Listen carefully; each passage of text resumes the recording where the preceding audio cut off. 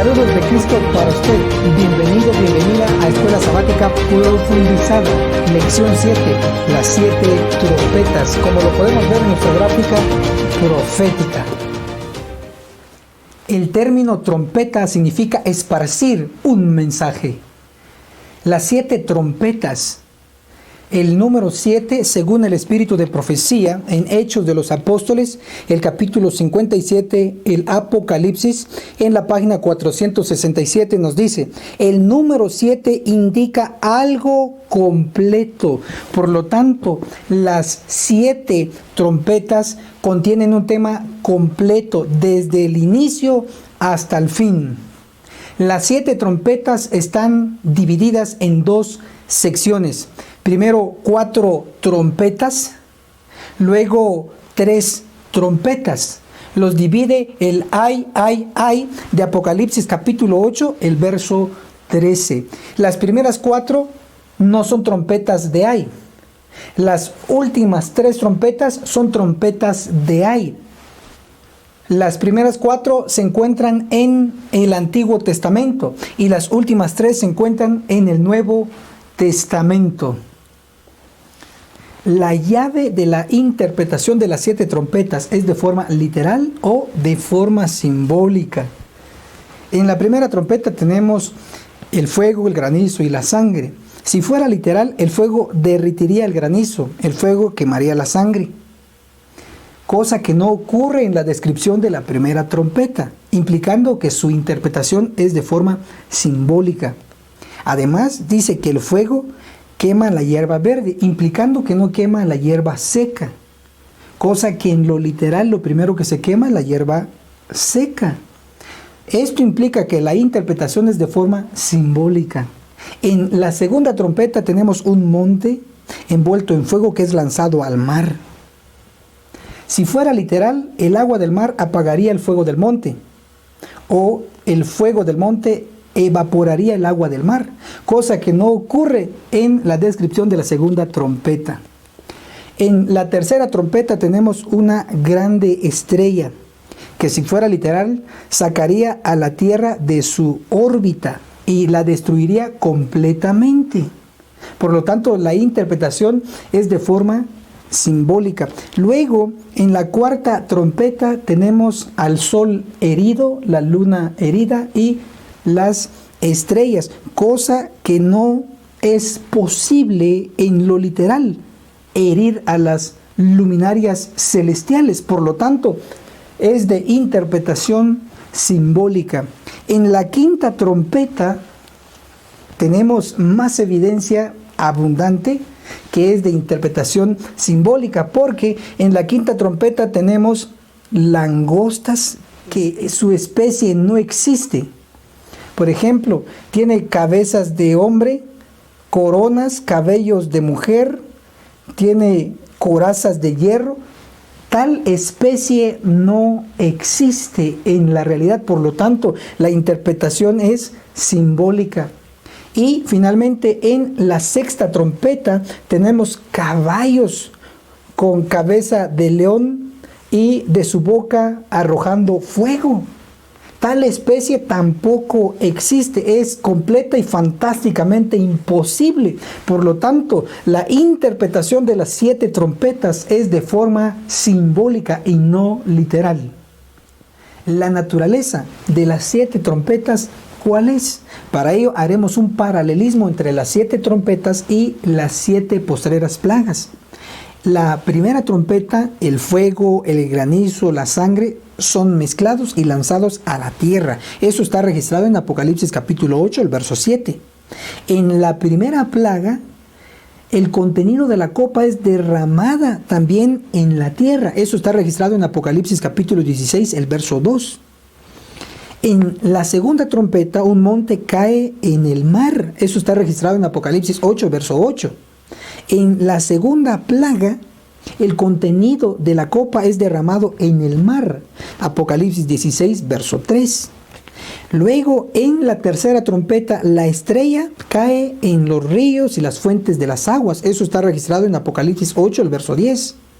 En la tercera plaga, El contenido de la copa es derramado en los ríos y las fuentes de las aguas. Apocalipsis 16, el verso 4. Luego en la cuarta trompeta el sol es herido. Eso está registrado en Apocalipsis capítulo 8, el verso 12. En la cuarta plaga el contenido de la copa es derramado en el sol. Esto está registrado en Apocalipsis 16, el verso 8. En la quinta trompeta hay oscuridad, porque dice que se oscureció el sol. Eso está registrado en Apocalipsis 9, 2. En la quinta plaga también hay oscuridad, porque menciona el reino de las tinieblas. Eso está registrado en Apocalipsis 16, el verso 10. En la sexta trompeta está involucrado el río Éufrates. Eso está registrado en Apocalipsis 9, el verso 14. En la sexta plaga también está involucrado el río Éufrates. Y eso lo encontramos en Apocalipsis 16, el verso 12.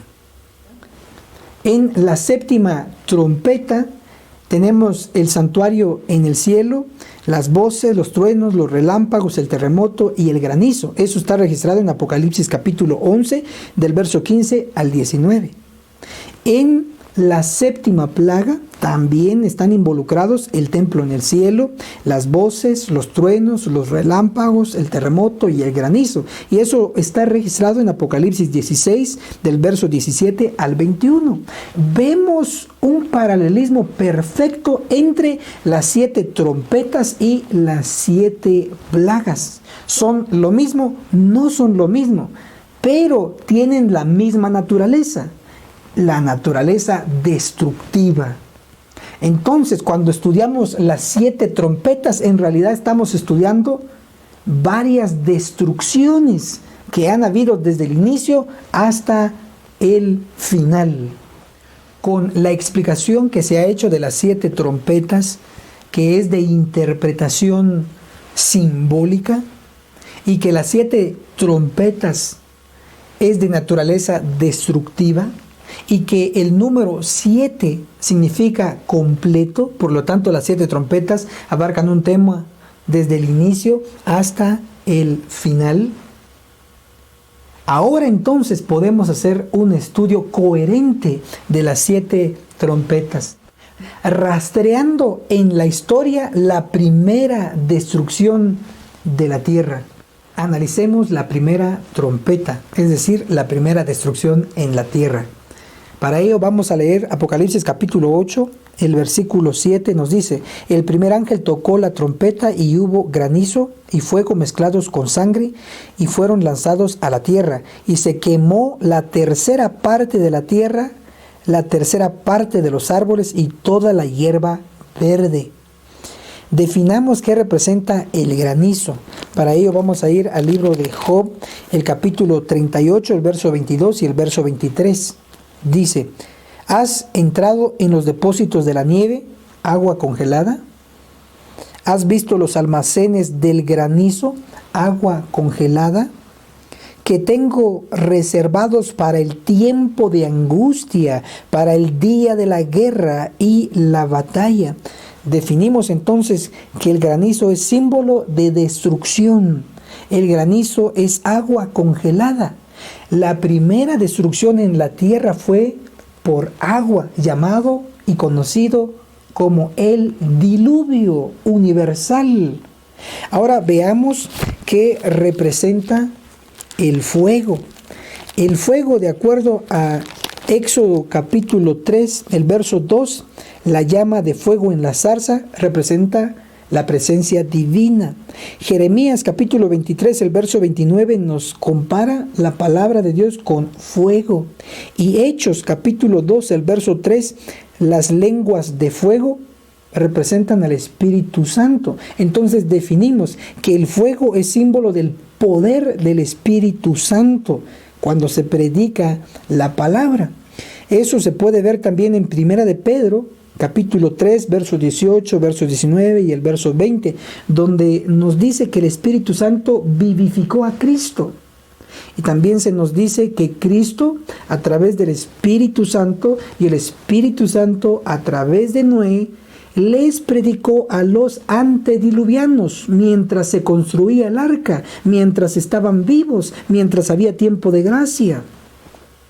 Sí, el poder del Espíritu Santo acompañó a Noé, el pregonero de justicia, y los que no aceptaron el mensaje son los que fueron destruidos. Por eso hay un principio en las 7 trompetas. Se envía primero un mensaje y luego una destrucción a los que no aceptan el mensaje. Es lo que revela también la primera trompeta. Luego tenemos en la primera trompeta otro elemento en el simbolismo, la sangre. De acuerdo a Levíticos capítulo 17, el verso 11, dice que en la sangre está la vida. Por lo tanto, la sangre representa vida mortal. Con esto explicado, entonces ahora podemos comprender que el mensaje de Noé en sus predicaciones sobre la destrucción por agua, en el simbolismo granizo, y la construcción del arca para preservar la vida mortal, en el simbolismo la sangre, y el poder que acompañó a las predicaciones de Noé, en el simbolismo el fuego. Todos estos elementos nos sintetizan la historia sobre los antediluvianos al rechazar el mensaje y la destrucción a través del diluvio. Las víctimas del diluvio están bajo el simbolismo de la tercera parte de los árboles y la hierba verde. Eso lo podemos ver en Apocalipsis 8, el verso 7, que ya lo leímos. ¿Qué representan los árboles? Primero podemos mencionar que en las trompetas la tercera parte representa a los impíos.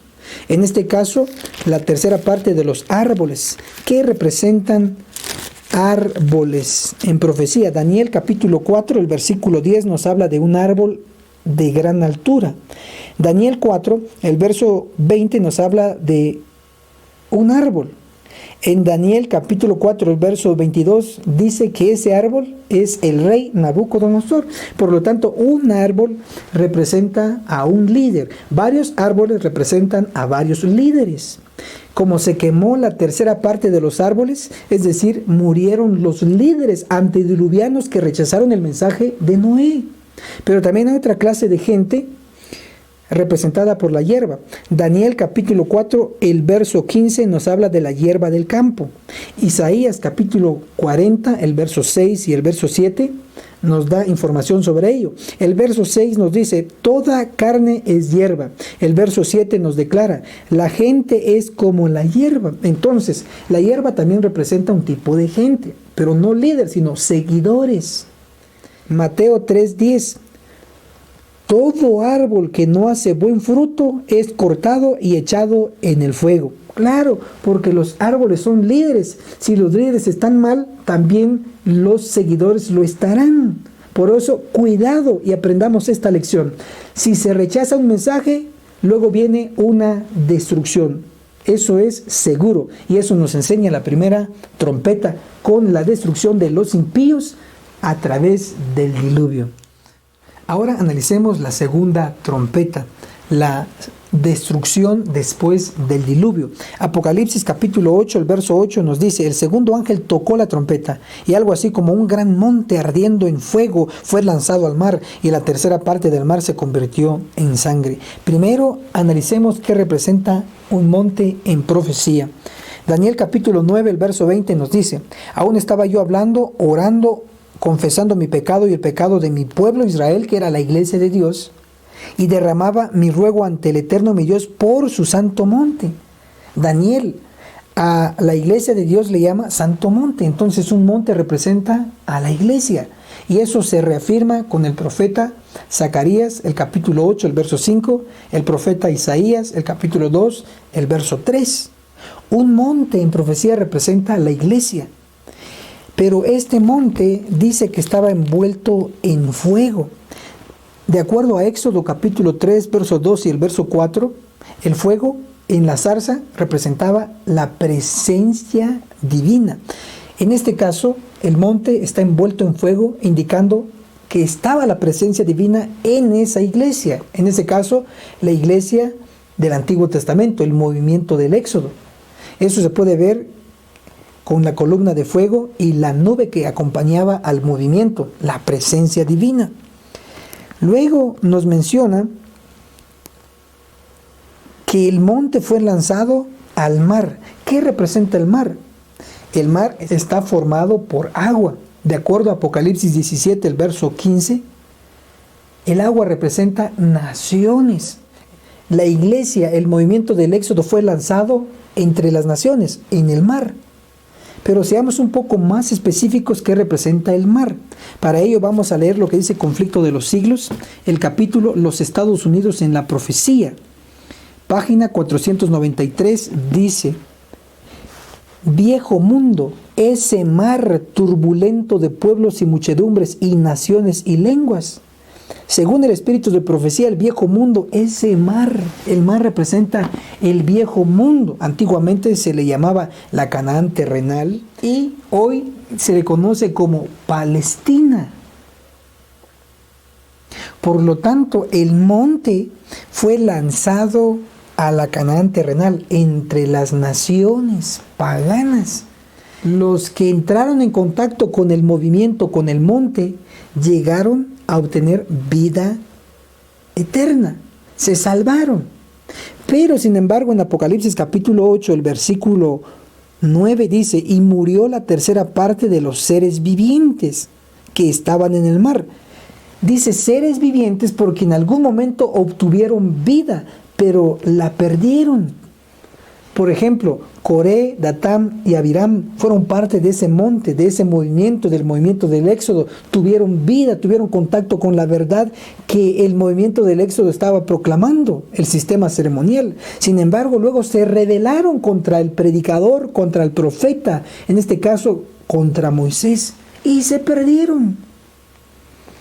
Apocalipsis 8, el verso 9, y murió la tercera parte de los seres vivientes que estaban en el mar, y la tercera parte de las naves fue destruida. Una nave promete a los viajeros llevarlos a un puerto seguro y bueno. De igual manera, en los templos religiosos paganos se les prometía llevarlos a un mejor destino, con vida eterna. Leamos lo que dice Deuteronomio capítulo 12, el versículo 2 y el 3. Destruiréis enteramente todos los lugares donde las naciones que vosotros heredaréis sirvieron a sus dioses. ¿Y qué lugares eran donde los paganos adoraban a sus dioses? Los templos paganos, en lo alto de los montes, en los collados y debajo de todo árbol frondoso. Verso 3, derribaréis sus altares, quebraréis sus imágenes, quemaréis sus postes idolátricos, destruiréis las esculturas de sus dioses y extirparéis el nombre de ellos de ese lugar. Entonces, la destrucción bajo el simbolismo de las naves estaba representando la destrucción de los templos paganos. Por lo tanto, definimos que todos aquellos que se unieron al movimiento del Éxodo, representado por el monte ardiendo en fuego, se salvaron. Y todos aquellos que no se unieron y atacaron al movimiento y rechazaron el mensaje del sistema ceremonial, del sistema de sacrificios que estaba proclamando el pueblo, se perdieron. Otra vez tenemos el principio. Dios primero envía un mensaje y después una destrucción a los que rechazan el mensaje y a los mensajeros. Cuidado en nuestro tiempo también. Ahora analicemos la tercera trompeta. Para ello leamos Apocalipsis capítulo 8, el verso 10. El tercer ángel tocó la trompeta y una gran estrella ardiendo como una lámpara, dice en el original, cayó del cielo y sobre la tercera parte de los ríos y sobre las fuentes de agua. Primero identifiquemos qué representa la gran estrella. Como ya hemos dicho, la estrella se le identifica con una lámpara, como dice en el original y en la versión King James que usaba Elena de White para escribir sus libros. En la mayoría de las versiones dice como una antorcha, pero ya hemos dicho que la gran estrella ardiendo como una lámpara. una lámpara, según Salmos 119, 105, lámpara es a mis pies tu palabra y una luz en mi camino. Entonces, la estrella representa la venida de la palabra de Dios, porque dice que la estrella cayó del cielo. Su origen es divino. En la tercera trompeta llegó las escrituras del Antiguo Testamento, la Biblia, a la tierra. Pero dice que cayó sobre la tercera parte de los ríos, o sea, no cayó en todos los ríos, solo la tercera parte. ¿Qué representan los ríos? Un río está formado por agua. De acuerdo a Apocalipsis 17, el verso 15, agua representa naciones. Entonces, estos ríos representan naciones. ¿Pero qué tipo de naciones? Para ello se puede leer Isaías 8, el verso 7, donde se nos habla de Asiria, una nación pagana comparada a un río. Por lo tanto, estos ríos representan a las naciones paganas que entraron en contacto con la estrella, con la Biblia, el Antiguo Testamento. Como entraron en contacto, aceptaron la verdad, se salvaron. Pero dice que la estrella o la Biblia cayó sobre las fuentes de agua, es decir, no cayó en una parte de las fuentes, no cayó en todas las fuentes. Para ello vamos a leer Deuteronomio capítulo 33, el verso 28. Israel, fuente de Jacob. Se compara a Israel a una fuente. Este Israel no es el individuo, sino que es el pueblo. Para ello vamos a leer Deuteronomio capítulo 33, el verso 29. Dice: dichoso tú, Israel, ¿quién como tú, pueblo salvado por el Eterno? Por eso decimos que Israel, comparado a una fuente, se está refiriendo a Israel como todo el pueblo. Y todo el pueblo estaba formado por 12 tribus. Por lo tanto, tenemos 12 fuentes. El pueblo completo. Dice que la estrella cayó sobre las fuentes, es decir, sobre todo el pueblo de Israel, porque sí, las 12 tribus entraron en contacto directo con las escrituras del Antiguo Testamento. Y los que vivieron y practicaron la verdad del Antiguo Testamento se salvaron. Y los que no la practicaron y la rechazaron se perdieron. Así de sencillo. Luego en Apocalipsis capítulo 8, el versículo 11 dice: el nombre de la estrella es ajenjo. El nombre de la Biblia es ajenjo. Y el ajenjo es un agente purificador, es un purgante que limpia. Es justo lo que hace la Biblia con nosotros, nos limpia, nos purifica. Y la tercera parte de las aguas se convirtió en ajenjo. Y mucha gente murió por el agua que se había vuelto amarga. Si la verdad de la Biblia no salva, destruye. Todos aquellos que entraron en contacto con la Biblia y la rechazaron, al final recibieron destrucción. Eso es así. Dios envía un mensaje y el que la rechaza, al final es destruido, tarde o temprano. Ahora analicemos la cuarta trompeta. Apocalipsis capítulo 8, el verso 12 dice: el cuarto ángel tocó la trompeta y fue herida la tercera parte del sol, la tercera parte de la luna, la tercera parte de las estrellas, de modo que la tercera parte de ellos se oscureció y quedaron sin luz durante la tercera parte del día y de la noche. ¿Qué representan el sol, la luna y las estrellas heridas? Para ello vamos a ver lo que nos dice Génesis capítulo 37, el versículo 9 y el versículo 10. Otro día José tuvo otro sueño y lo contó a sus hermanos y les dijo: tuve otro sueño, vi que el sol, la luna y 11 estrellas se inclinaban ante mí. Básicamente entonces José tuvo un sueño del sistema solar, de la familia del sistema solar.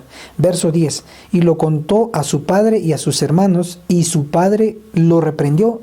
Le dijo: ¿qué sueño es este? ¿Hemos de venir yo, tu madre y tus hermanos a inclinarnos ante ti? La interpretación que se nos da acá es que el sol, la luna y las estrellas representa a la familia de Jacob. Y de Jacob, de Israel, se fundó la iglesia del Antiguo Testamento, la iglesia del antiguo Israel. Entonces, encontramos que el sol, la luna y las estrellas representan la iglesia del Antiguo Testamento. Pero tenemos más evidencia también en Cantares. Encontramos en Cantares capítulo 6, el verso 10, donde se nos dice: hermosa como la luna, esclarecida como el sol. Se menciona la luna, el sol. Ahora el espíritu de profecía nos lo interpreta en el libro de Profetas y Reyes, el capítulo 60, Visiones de la Gloria Futura, en la página 535 nos declara: la iglesia entrará en su conflicto final, hermosa como la luna, esclarecida como el sol. Entonces, en definitiva, el sol, la luna y las estrellas representan a la iglesia del Antiguo Testamento. Pero ¿qué significa que fueron heridos? Para ello vamos a leer lo que dice Segunda de Crónicas, el capítulo 36, el verso 16. Pero ellos se reían de los mensajeros de Dios, menospreciaban sus palabras y se burlaban de sus profetas, hasta que la ira del Eterno subió contra su pueblo, contra la iglesia, y no hubo más remedio. Verso 17: por eso el Eterno trajo contra ellos al rey de los caldeos, que mató a espada a sus jóvenes en la casa de su santuario, sin perdonar joven, ni doncella, ni anciano, ni decrépito, a todos entregó en su mano. Verso 19: y quemaron la casa de Dios, rompieron la muralla de Jerusalén, consumieron a fuego todos sus palacios y destruyeron todos sus objetos deseables. Verso 20: los que escaparon de la espada los llevaron cautivos a Babilonia y fueron esclavos del rey y de sus hijos hasta que vino el reino de los persas. Verso 21: en cumplimiento de la palabra del Eterno enviado por Jeremías, la tierra disfrutó sus sábados, porque todo el tiempo de su asolamiento reposó hasta que se cumplieron los 70 años. Lo que se nos está describiendo en estos versículos es la rebeldía de la iglesia del Antiguo Testamento. Ellos se burlaban de los mensajes, se burlaban de los mensajeros, por lo tanto, vino destrucción. Así que los rebeldes en la cuarta trompeta no eran los impíos. Los rebeldes en la cuarta trompeta fue el pueblo de Dios, la iglesia del Antiguo Testamento. También, por rechazar un mensaje, fueron destruidos, fueron llevados cautivos.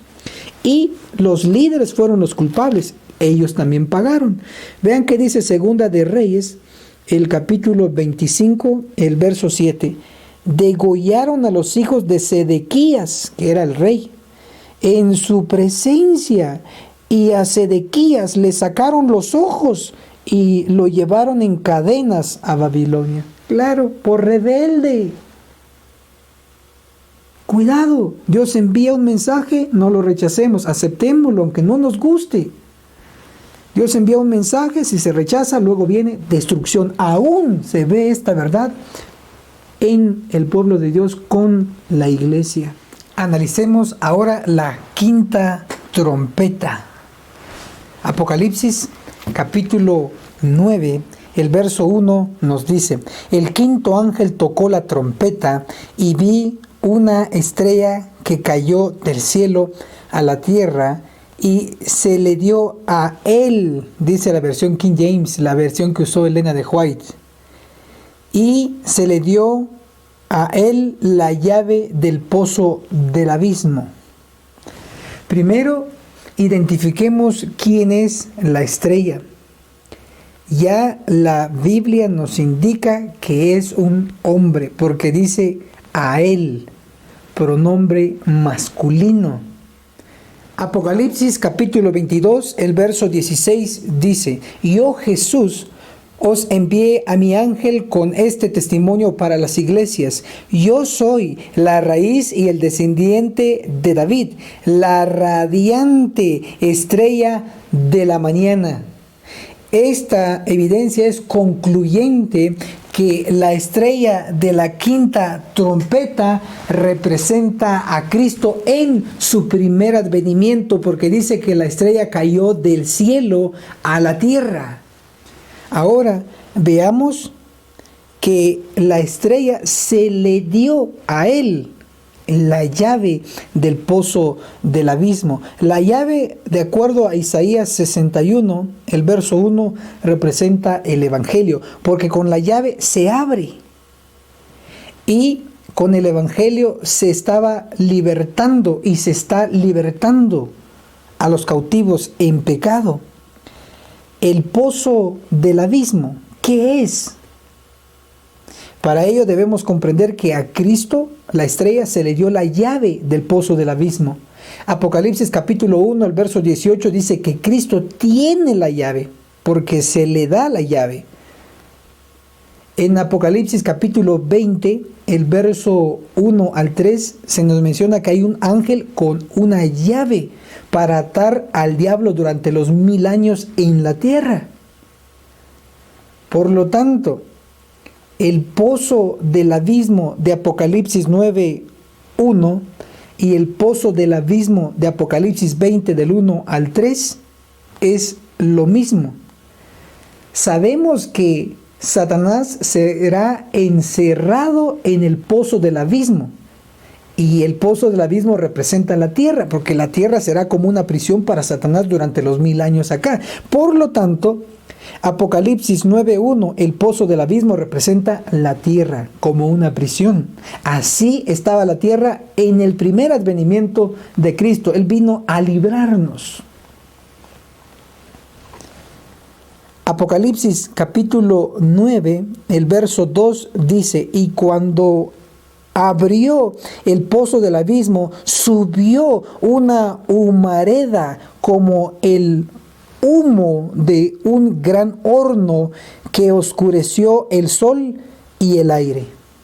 En este verso podemos explicar que la estrella, Cristo, abrió el pozo del abismo.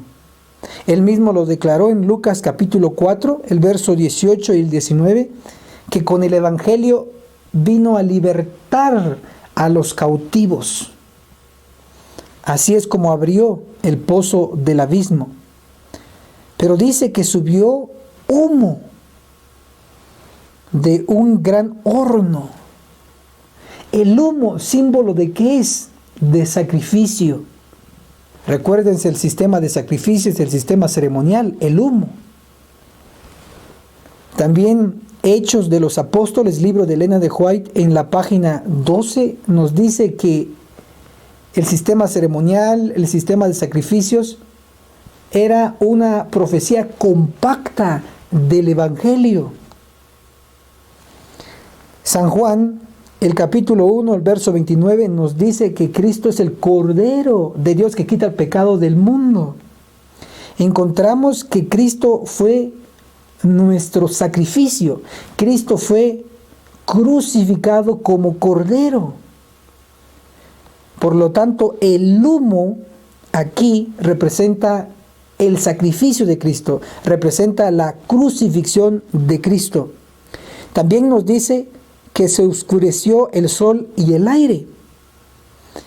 Y fueron las tinieblas durante la crucifixión de Cristo. Y eso está registrado en Marcos capítulo 15, el verso 33, donde desde la hora sexta hasta la hora novena hubo tinieblas. Esto comprueba que lo que estamos interpretando y explicando es correcto, porque así ocurrió. Justo cuando Jesús fue crucificado hubieron tinieblas, como lo dice acá simbólicamente, se oscureció el sol y el aire. Apocalipsis capítulo 9, 1 y 2, entonces nos están hablando de la estrella que representa a Cristo, la llave, el Evangelio, el pozo, la tierra, el humo, la crucifixión de Cristo, el oscurecimiento del sol y el aire, las tinieblas durante la crucifixión de Cristo. ¡Qué perfección! Ahora leamos Apocalipsis capítulo 9, el versículo 3. Y del humo salieron langostas sobre la tierra y se les dio poder como el que tienen los escorpiones de la tierra. Las langostas fueron el resultado del sacrificio de la crucifixión de Cristo. Por lo tanto, las langostas deben representar algo positivo, algo bueno. Las langostas, según la interpretación del profeta Isaías, el capítulo 40, el verso 22 nos dice: Dios está sentado sobre la redondez de la tierra, cuyos habitantes son como langostas. Por lo tanto, las langostas representan personas, gente. Las langostas representan a los cristianos. Sí, a los soldados de la cruz. Fueron el resultado de la crucifixión de Cristo. Fueron el resultado de los esfuerzos de Cristo. Los soldados de la cruz, los primeros cristianos, específicamente los 120 de Hechos, capítulo 1, el verso 15. Los 120 que recibieron el poder del Espíritu Santo. Sigamos analizando. Hechos capítulo 2, el verso 41 dice que se convirtieron como 3,000. Hechos capítulo 2, el verso 47 dice que cada día se añadían los que debían ser salvos a la iglesia. Entonces, imagínense, todos los que se estaban agregando parecían un hormigueo de langostas. Demasiados. Ahora leamos Apocalipsis capítulo 9, el versículo 4.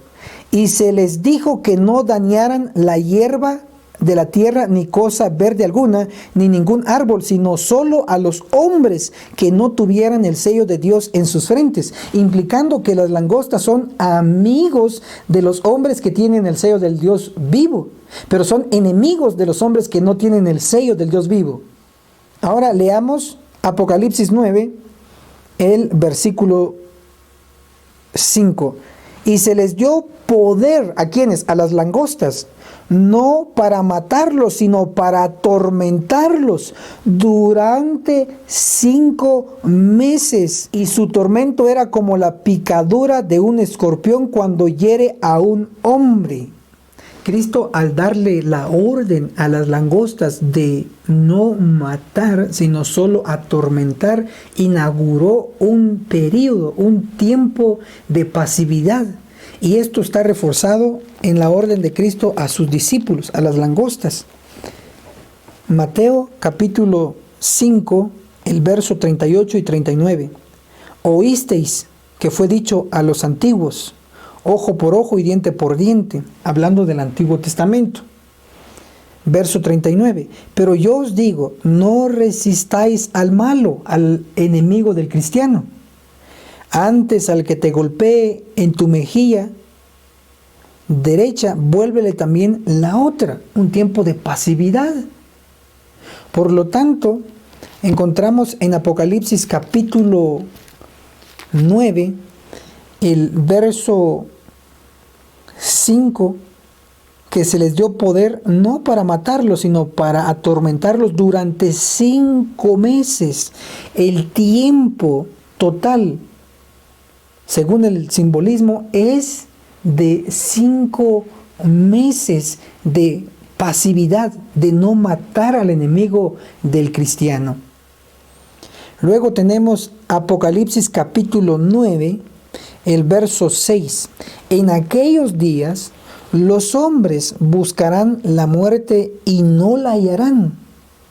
Desearán morir y la muerte huirá de ellos.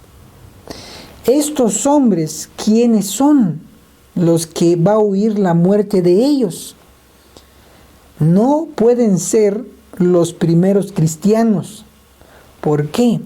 Porque Pablo, uno de los primeros cristianos, uno de los apóstoles, buscó la muerte al predicar el Evangelio de Cristo y lo encontró. Él fue decapitado. También tenemos a Pedro, uno de los 12 apóstoles, uno de los 120, que al predicar el Evangelio estaba buscando la muerte. Y lo encontró porque él fue crucificado de cabeza. Los hombres de Apocalipsis 9, el verso 6, de quienes huirá la muerte, no son los primeros cristianos, no son los 120 cristianos predicadores, sino que serán hombres que reciban el sello de Dios registrado en Apocalipsis 9, el verso 4, o el sello del Dios vivo de Apocalipsis 7, 2, 3 y 4, los 144,000. Sí, los hombres de Apocalipsis 9, el verso 6, de quienes la muerte huirá y no probarán la muerte, son los 144,000. Lo hemos estudiado. Los 144,000 recibirán el sello del Dios vivo. El sello del Dios vivo, según Testimonios para los Ministros, la página 444 y 445, es inmortalidad, es vida eterna. Además, Primeros Escritos, en la página 15, habla de los 144,000 como santos vivientes, considerando que Elena de White le llama a los que prueban la muerte santos dormidos y a los que no prueban la muerte santos vivientes. Y Elena de White les llama a ellos 144,000 santos vivientes, indicando que ellos no probarán la muerte y la muerte huirá de ellos. Ahora analicemos los 5 meses. ¿Son de tiempo literal o de tiempo simbólico? De acuerdo a la interpretación de las 7 trompetas, se ha confirmado que es de interpretación simbólica. Por lo tanto, los 5 meses son de interpretación simbólica. Es decir, los 5 meses son simbólicos y abarcan un periodo desde la crucifixión de Jesús hasta el sellamiento de los 144,000. Porque desde la crucifixión de Jesús se le ordena a los cristianos a no matar a sus enemigos, solo atormentarlos. Y ese periodo de pasividad concluirá hasta que se termine el sellamiento de los 144,000, los hombres que no probarán la muerte, los hombres que la muerte huirá de ellos, como hemos ya leído. En el caso de los 144,000 sellados, se les llama primeros frutos. Apocalipsis 14, el verso 4, lo dice. Si hay frutos, debe haber una cosecha. Eso nos conecta con la parábola de Mateo 13, el trigo y la cizaña. Ahí nos enseña esa parábola que hay un tiempo de sembrar el trigo, hay un tiempo de sembrar la cizaña, hay un tiempo de que el trigo y la cizaña crecen juntos y por supuesto hay un tiempo de cosechar primeros frutos y segundos frutos. Entonces tenemos 3 secciones: el tiempo de siembra, el tiempo de crecimiento y el tiempo de cosecha. El tiempo de crecimiento de trigo y cizaña está cubierto por los 5 meses simbólicos, desde la crucifixión hasta el sellamiento de los 144,000. Recordemos que un año tiene 12 meses, en este caso son 12 meses simbólicos. Desde el bautismo de Cristo, que justo después Él empezó a sembrar la buena semilla, hasta la crucifixión de Cristo tenemos los primeros 6 meses simbólicos, el tiempo de sembrar. Y desde la crucifixión de Cristo hasta el sellamiento de los 144,000 tenemos el periodo, el tiempo de que crezca el trigo y la cizaña juntos, el tiempo de pasividad, el tiempo de no dañar a nuestros enemigos, solo atormentarlos. Entonces tenemos los primeros 6 meses más los 5 meses, nos da un total de 11 meses. Nos falta un último mes. El último mes es el tiempo de la cosecha. Se cosechará los primeros frutos, Apocalipsis 14:4, los 144,000. Los primeros frutos serán el resultado de la cosecha en la iglesia, el pueblo de Dios. Obsérvese que durante los 5 meses simbólicos es tiempo de pasividad, pero cuando terminen los 5 meses simbólicos, entonces vendrá el último mes y donde ya no se tendrá la restricción de matar a los enemigos. En este caso, los ángeles de Ezequiel 9 con sus espadas matarán a los enemigos del pueblo de Dios que se han infiltrado en la iglesia, y dando como resultado los primeros frutos, los 144,000 sobrevivientes.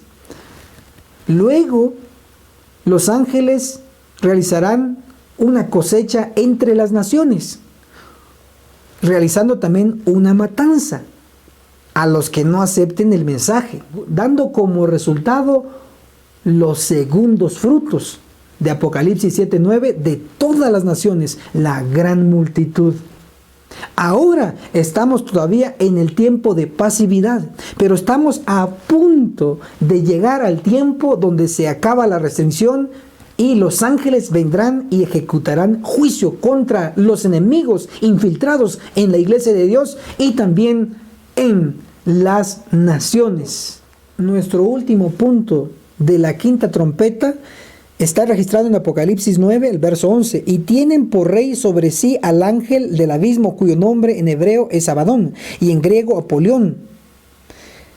¿Quién es el ángel del abismo que es rey de las langostas? De acuerdo a Apocalipsis 9, el verso 1, a la estrella, a Cristo se le da la llave del abismo. De acuerdo a Apocalipsis 1:18, Cristo tiene la llave.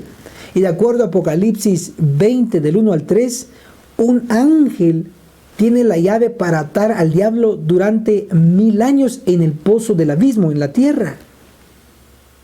Por lo tanto, el ángel de Apocalipsis 20, del 1 al 3, que tiene la llave, simboliza a Cristo.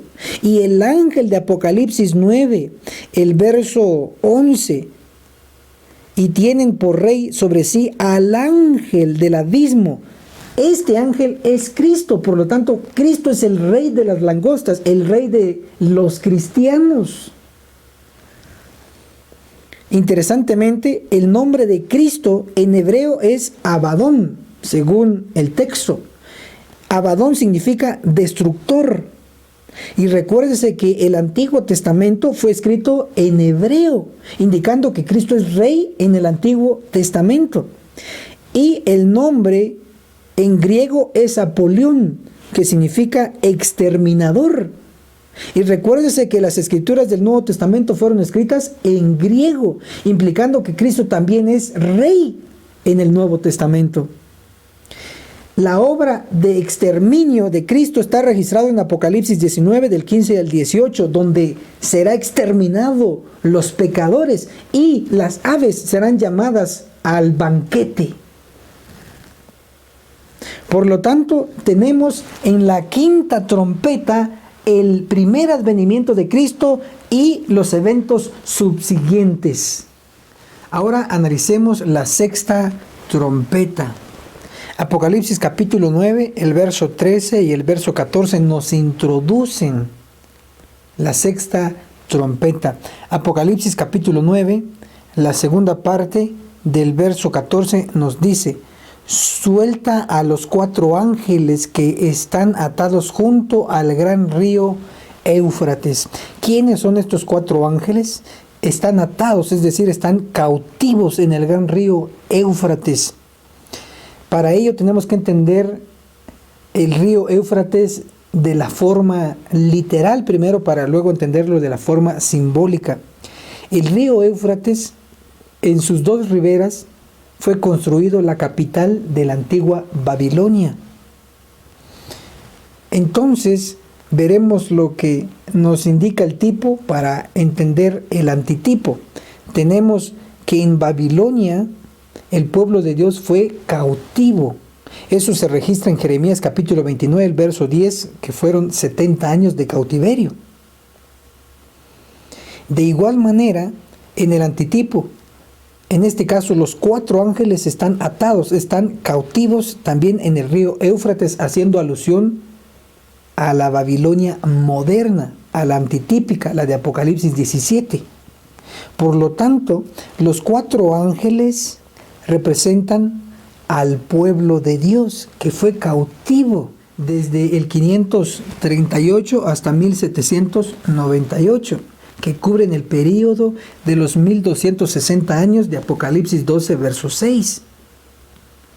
Pero en 1798 el Papa fue llevado cautivo y el pueblo fue liberado.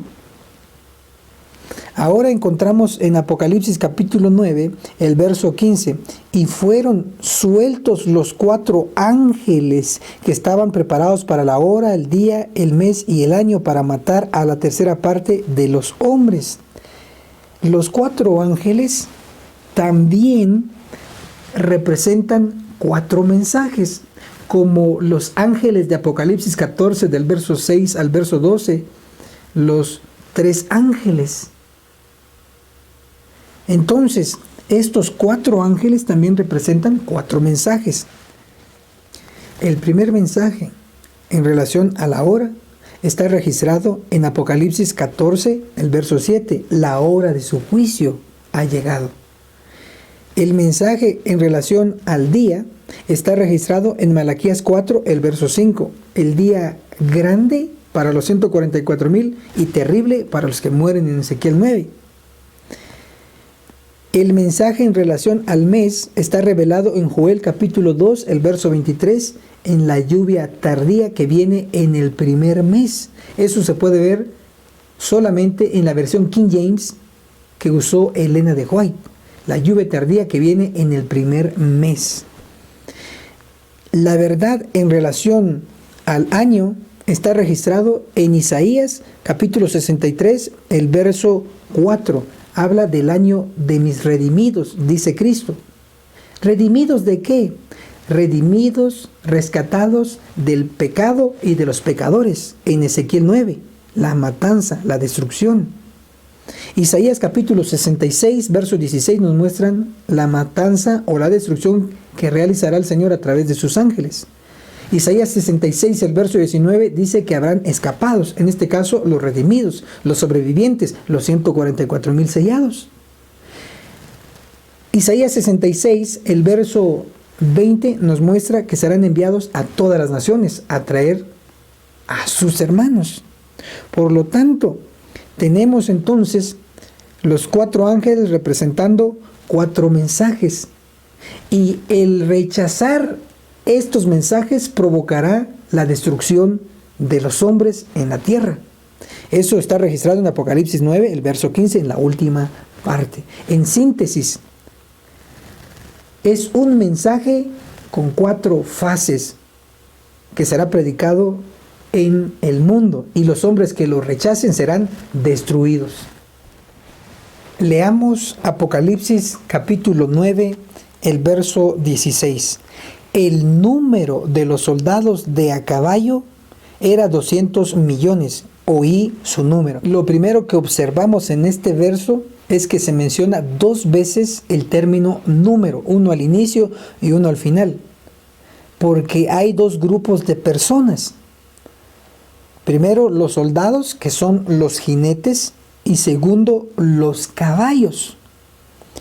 Son 200 millones de jinetes y 200 millones de caballos. Sumemos 200 millones de jinetes más 200 millones de caballos, hacen un total de 400 millones. Un ejército enorme. Es por eso que se menciona primero número, haciendo referencia a los 200 millones de jinetes, un número exacto, y los 200 millones de caballos, un número también exacto. Este grande ejército que representan, identifiquemos primero a los caballos. Zacarías, el capítulo 14, nos menciona el verso 20. En aquel día se grabará sobre las campanillas de los caballos consagrados al Eterno. Estos caballos tienen campanillas y tienen un título de consagrados. Encontramos que en Éxodo capítulo 28, el verso 33 y el verso 34, a los sacerdotes se les ponía una campanilla. Y ellos también eran consagrados al Señor. Por lo tanto, estos caballos representan a sacerdotes, a ministros, siervos de Dios. También en el libro de Joel, en el capítulo 2, el verso 2 nos dice: día de tinieblas y oscuridad, día de nube y densa niebla, que sobre los montes se extiende como el alba. Viene un pueblo grande, es decir, numeroso, 200 millones, y fuerte. Nunca hubo otro semejante, ni después de él jamás, de generación en generación. Acá se está pronosticando un pueblo grande, numeroso. Por eso hacemos la conexión con los 200 millones. Pero leamos Joel 2, el verso 4. Su parecer como aspecto de caballos, y como gente de a caballo correrán. En definitiva, los 200 millones de caballos representan a los predicadores, a los mensajeros de Dios, llenos del poder del Espíritu Santo para predicar su último mensaje en todo el mundo. ¿Qué representan los jinetes? Primero, los jinetes guiarán a los caballos.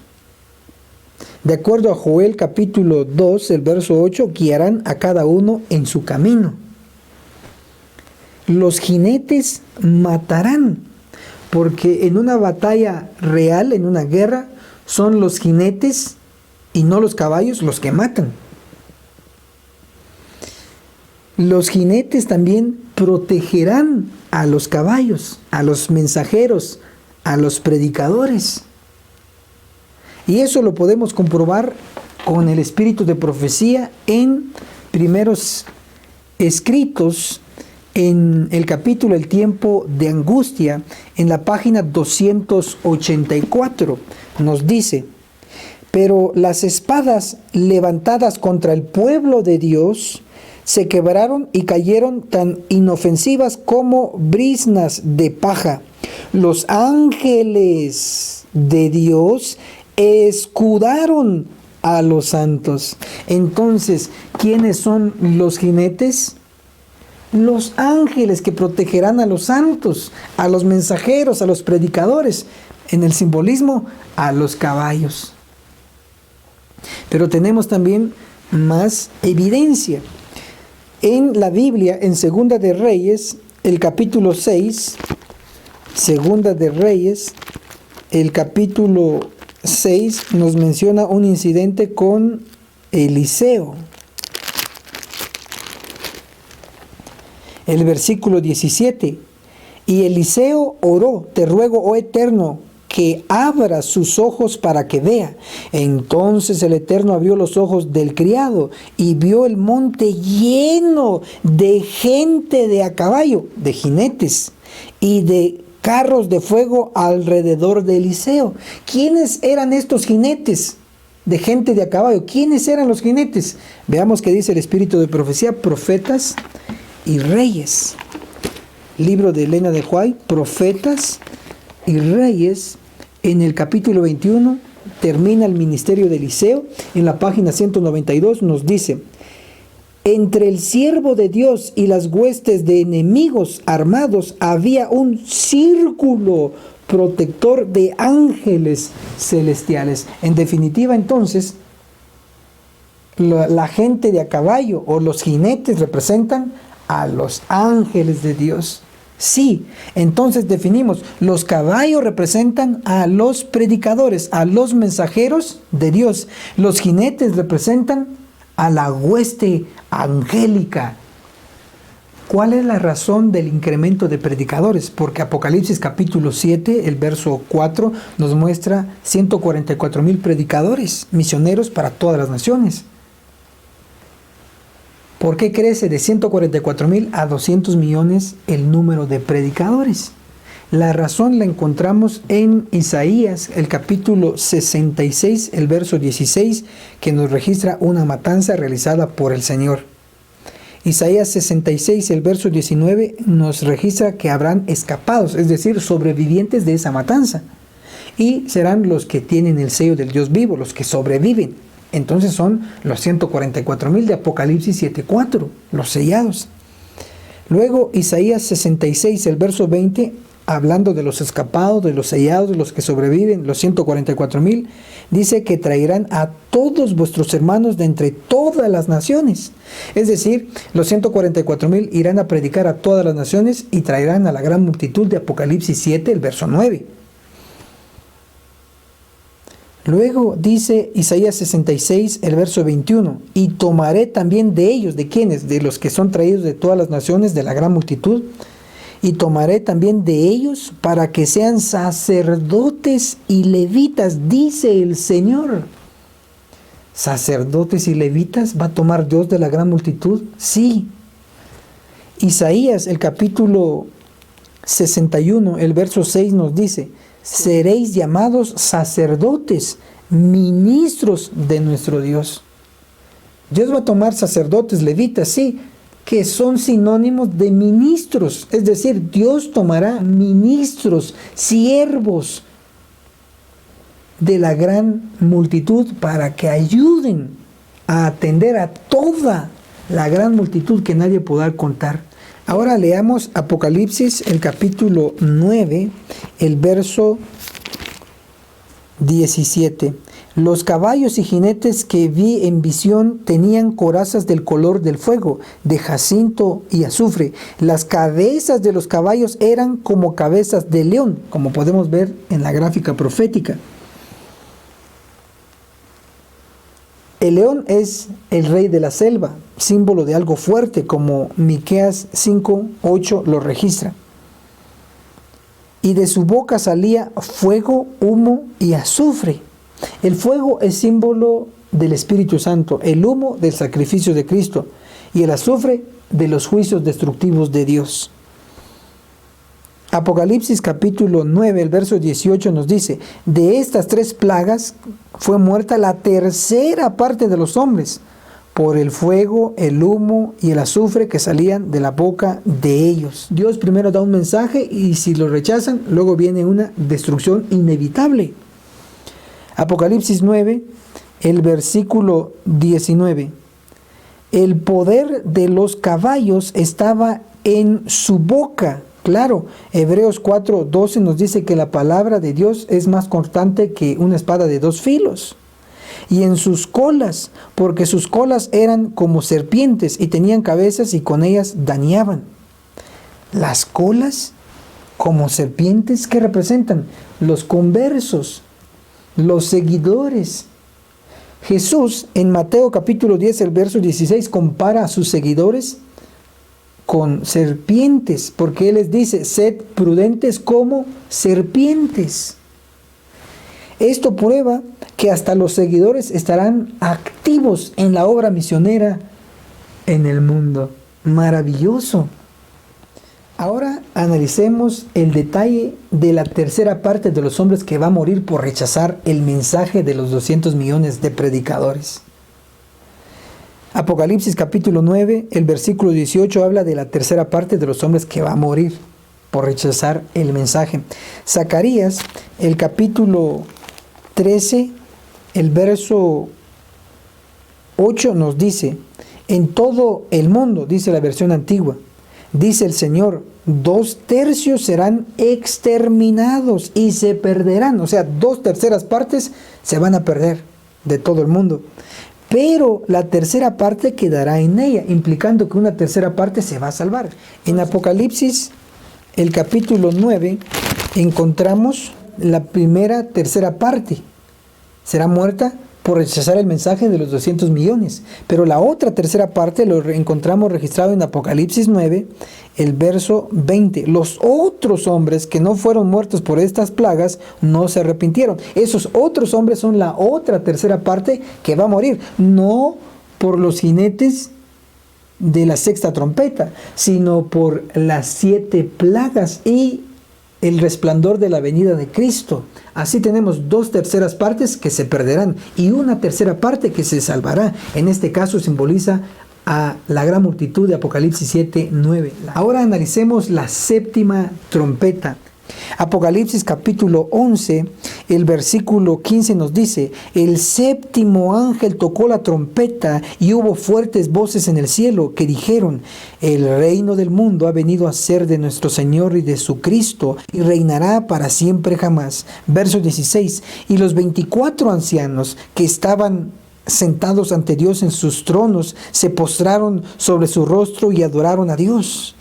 Y dicen, el verso 18: se han airado las naciones, y la llegada de tu ira, el tiempo de juzgar a los muertos, hablando del juicio de los impíos durante el milenio, de dar el galardón a tus siervos los profetas, a los santos y a los que veneran tu nombre, pequeños y grandes, y de destruir a los que destruyen la tierra.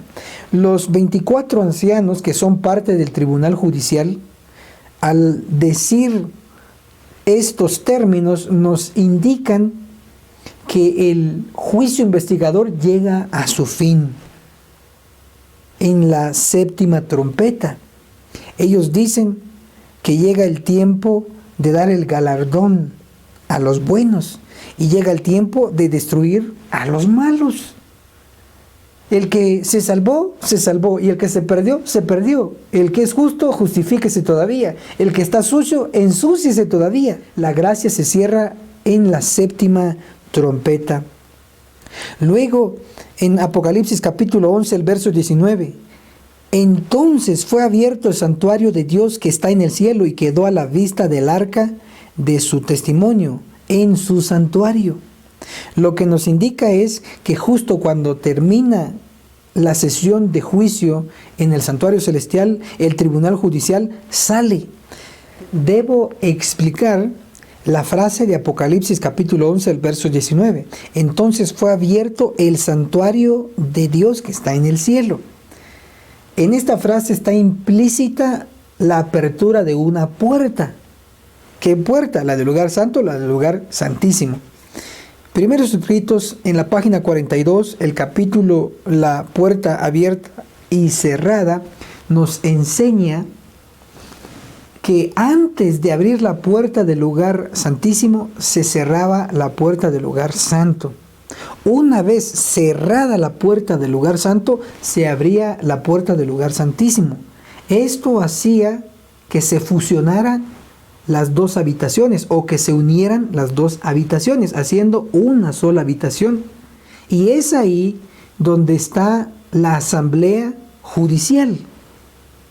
Entonces se abrirá la puerta del lugar santo para que salga el tribunal judicial. Por lo tanto, Apocalipsis 11, el verso 19, entonces fue abierto el santuario, implica que es la puerta del lugar santo que fue abierta para que saliera el tribunal judicial. Y la misma verdad nos describe Apocalipsis, el capítulo 15, el verso 5. Después miré y vi que se abrió el santuario en el cielo, la tienda del pacto. El santuario abierto es la puerta abierta del lugar santo para que saliera el tribunal judicial. Apocalipsis capítulo 15, el verso 6.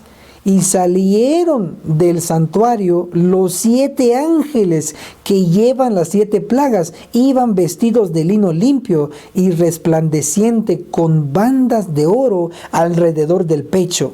Verso 7. Uno de los 4 seres vivientes, uno de las 4 bestias, dio a los 7 ángeles 7 copas de oro, llenas de la ira de Dios que vive para siempre jamás. Verso 8. Y el santuario se llenó de humo procedente de la majestad de Dios y de su poder, y ninguno podía entrar en el santuario hasta que se completaran las 7 plagas de los 7 ángeles.